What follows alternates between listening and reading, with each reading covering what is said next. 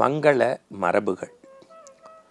தமிழன் என்றோர் இனமுண்டு, தனியே அவனுக்கோர் குணமுண்டு, அமிர்தம் அவனுடைய மொழியாகும், அன்பே அவனுடைய வழியாகும்.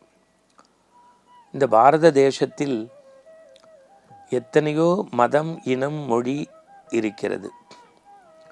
ஆனால் நாம் சொல்லுவோம், உண்ணும் உணவும் உடுத்தும் உடையும் பேசும் மொழியும் வேறுபட்டிருந்தாலும் நாமெல்லாம் உணர்வில் ஒன்று பெற்றவர்கள், ஒரு தாய் பிள்ளையாக வாழ வேண்டும். இது இந்த மண்ணின் மரபு. இப்போ தமிழ் சமூகத்திற்கு வருவோம். நம்முடைய தமிழ் சமூகம் எப்படி இருந்தது என்று கேட்டால், கோயில், கோயிலை தாங்கி ஊர், ஊரின் நடுவே குளம், குளத்தருகே இல்லம், இல்லத்தில் இனிய விருந்தோம்பல், எப்போதும் புன்முறுவல் மாறாத தம்பதியர் வாழ்க்கை. நமக்குன்னு சில பாரம்பரிய பண்பாடுகள் இருக்கிறது. அந்த பண்பாட்டிலிருந்து இன்றைக்கு நாம் விலகிச் செல்கிறோமோ, இறைநெறியில் இருந்து நாம் கொஞ்சம் பிறைநெறிந்து நடக்கிறோமோ என்று எண்ண தோன்றுகிறது. காரணம், இது அறிவியல் யுகம், நவீன உலகம். பொருள் தேடுவதில், நேர வேட்கையில் அவரவர் பணியை உண்டு உறங்கி ஒரு குறுகிய வட்டத்திற்குள் வாழ்கின்றோம். ஒரு காலத்தில் எப்படி இருக்கும்னா, ஒரு கணவன் மனைவின்னா காலையில் எழுந்து நித்திய அனுஷ்டானங்கள் செய்து, நித்தியப்படி பூஜை செய்து, காக்கைக்கு அன்னம் வைத்து கரைந்து கூவி, வந்திருக்கும் விருந்தரினுடைய முகம் கோணாமல் தலைவாளை இலை போட்டு அவர்களுக்கு முகமலர்ச்சியோடு அன்னமிட்டு அவர்களின் வாழ்த்தை பெற்று இவர்கள் வாழ்வியல் பொருள் தேட செல்லுவதாக நமக்கு இலக்கிய இதிகாசம் காட்டுகிறது. குளம், அது வெறும் தாகத்தை நீர்க்கக்கூடிய குளம் மட்டுமல்ல, ஒரு ஊரினுடைய மக்களினுடைய பாவத்தையும் தாகத்தையும் சேர்த்து போக்குவதாக இருந்து, அந்த குளக்கரைக்கு போகும்போது நாட்டு நடப்பு, ஊர் நடப்பு, வாழ்வியல் நெறி எல்லாத்தையும் பேசிட்டு போயிடுவாங்களாம். ஊர் கூடி திருவிழா நடக்குமா, தான தர்மம் இருப்பவர்கள் இல்லாதவருக்கு வாரி வழங்குவாங்களாம். குலதெய்வ வழிபாடு, இஷ்ட தெய்வ வழிபாடு, இப்படி எல்லா விஷயத்தையும் உள்ளடக்கி மங்களத்தின் மரபாக இருந்த சமூகம் தமிழ் சமூகம். இந்த சமூகத்தில் சின்ன சின்ன விஷயம் சொல்கிறேன் பாருங்க. சாயந்தரம் 6 மணி ஆச்சுன்னா கொல்லை பக்கம் கதவை சாத்தி 5 முகம் போட்டு நல் எண்ணெயால் திரியேற்றி மங்கள ஒளி வருகின்ற போது வீட்டிற்குள் மகாலட்சுமி வருவாள் என்பதனால் காலையில் கோலம் போட்டு விளக்கேற்றுவாங்க. சாயந்தரம் கொல்லை பக்கம் கதவடைச்சு வாசப்பக்கம் கதவை திறந்து 6 மணி ஆயிடுச்சு, பெண்கள் தலைமுடி விரிச்சிருக்கக்கூடாது, ஆண்கள் கைகால் கழுவி திருநீர், மந்திரம் ஆவது நீர், வானோர் துதிக்கப்படுவது நீர், சமயத்துள்ளது நீருன்னு பூசி வாசிக்கணும்.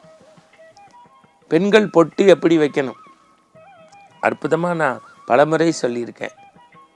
திருமணத்துக்கு முன்பு தமிழ் சமூகத்து பெண்கள் சாந்து பொட்டு. ஏன்? திருக்கோயிலில் வருகின்றார்களே, வளம் தனம் தரும் கல்வி தரும் ஒரு நாளும் தளர்வரியா மனம் தரும்னு அந்த அம்பாளை போய் வேண்டுறாங்களே, அந்த 24 வயசு பொண்ணு வேண்டும் போது எதிரிலே உள்ள பெரியவர் யோசிப்பாரா, நம்ம குடும்பத்தில் பொண்ணு பார்த்துக்கிட்டு இருக்கோமே, இந்த பொண்ணு பார்க்க மூக்கு மொழியுமா மகாலட்சுமியாக இருக்காளே, கேட்கலாம். ஆனால் திருமணம் ஆயிடுச்சா ஆகலையா எப்படி தெரிஞ்சுக்கலாம்? இந்த சாந்து பொட்டு. அதே பொண்ணுக்கு சிவாச்சாரியார் குங்குமம் கொடுத்தா இந்த 2 கையால் இப்படி இட்டுக்கணும். ஏன்? விரைவில் மஞ்சள் கயிறு திருமங்கல்யம் ஏறணும். திருமணத்திற்கு பிறகு பெண்கள் இங்கே பொட்டு வைக்கணும். ஏன்? தாயும் தந்தையும் கற்போடு வளர்த்தார்கள், நிமிர்ந்த நன்னடை நேர்கொண்ட பார்வை ஞானச்செருக்கு. அப்புறம் ஏன் இங்கே? யாரோ ஒருவன் திருமங்கல்யம் அக்னி சாட்சியாக கட்டினானே, அதன் அடையாளம் உடம்பில் நிலைத்து நிற்க இங்கே. அப்புறம் எதுக்கு இங்கே? இந்த 2 பொட்டும் உடலோடு இருக்க, தலைக்கு மேல் இருக்கக்கூடிய இறைவனே கதின்னு இங்கே. இப்போ எல்லாமே கலர் கலராக மாறிப்போச்சு, மனசு வருத்தமாக இருக்குது. பெண்கள் எப்போதும் குங்குமம் வைத்திருக்க வேண்டும், ஆண்கள் திருநீர் பூச வேண்டும், திருமண் விற்றிருக்க வேண்டும். அதனால்தான் நீரில்லா நெற்றிப்பால். கவிஞர் வாடி எழுதுகிறார், ஏன் திருமண்ணுன்னு பேர் வந்தது? இந்த மண்ணுக்குள் மனிதன் மண்ணுக்குள் செல்கின்ற வரை மண்டகணம் வரக்கூடாது என்பதற்கு திருமண் இடுகின்றோம்.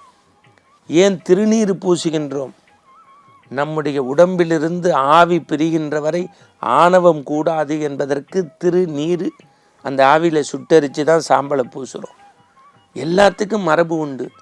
வீட்டுக்கு ஒரு சுமங்கலி பெண் வந்தால் கைகூப்பி வணங்கி குங்குமம் கொடுத்து தான் விடை அனுப்பணும்.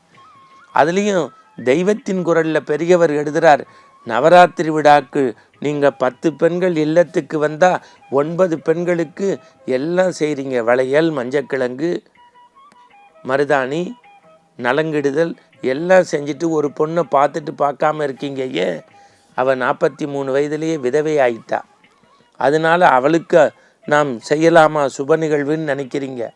பெரியவர் எழுதுகிறார், பராசக்தி காமாட்சியினுடைய வடிவமாக ஆசைகளை அடக்கி இல்லற தர்மத்தில் 5 புலன்களை அடக்கி வாழ்கின்றாளே, அவள்தான் காமாட்சி ஸ்வரூபமா உங்கள் இல்லத்திற்கு எழுந்தருளியிருக்கிறார்கள்.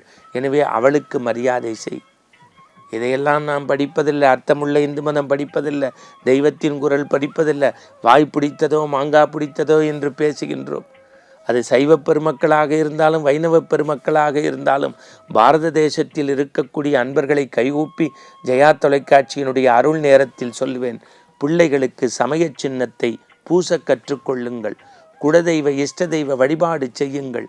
ஆண்டுக்கு ஒரு முறை குலதெய்வ வழிபாடு செய்யுங்கள். அன்னதானம் செய்யுங்கள். உங்களால் முடிந்த உதவிகளை செய்யுங்கள். இந்த மண்ணில் இறை நெறி பரப்புவதற்கு ஒரு பிடி மண் அளவேனும் நீங்கள் தர்மம் செய்தால் நாளும் மங்கள மரபுகள் வளரும். மீண்டும் நாளை சந்திப்போம்.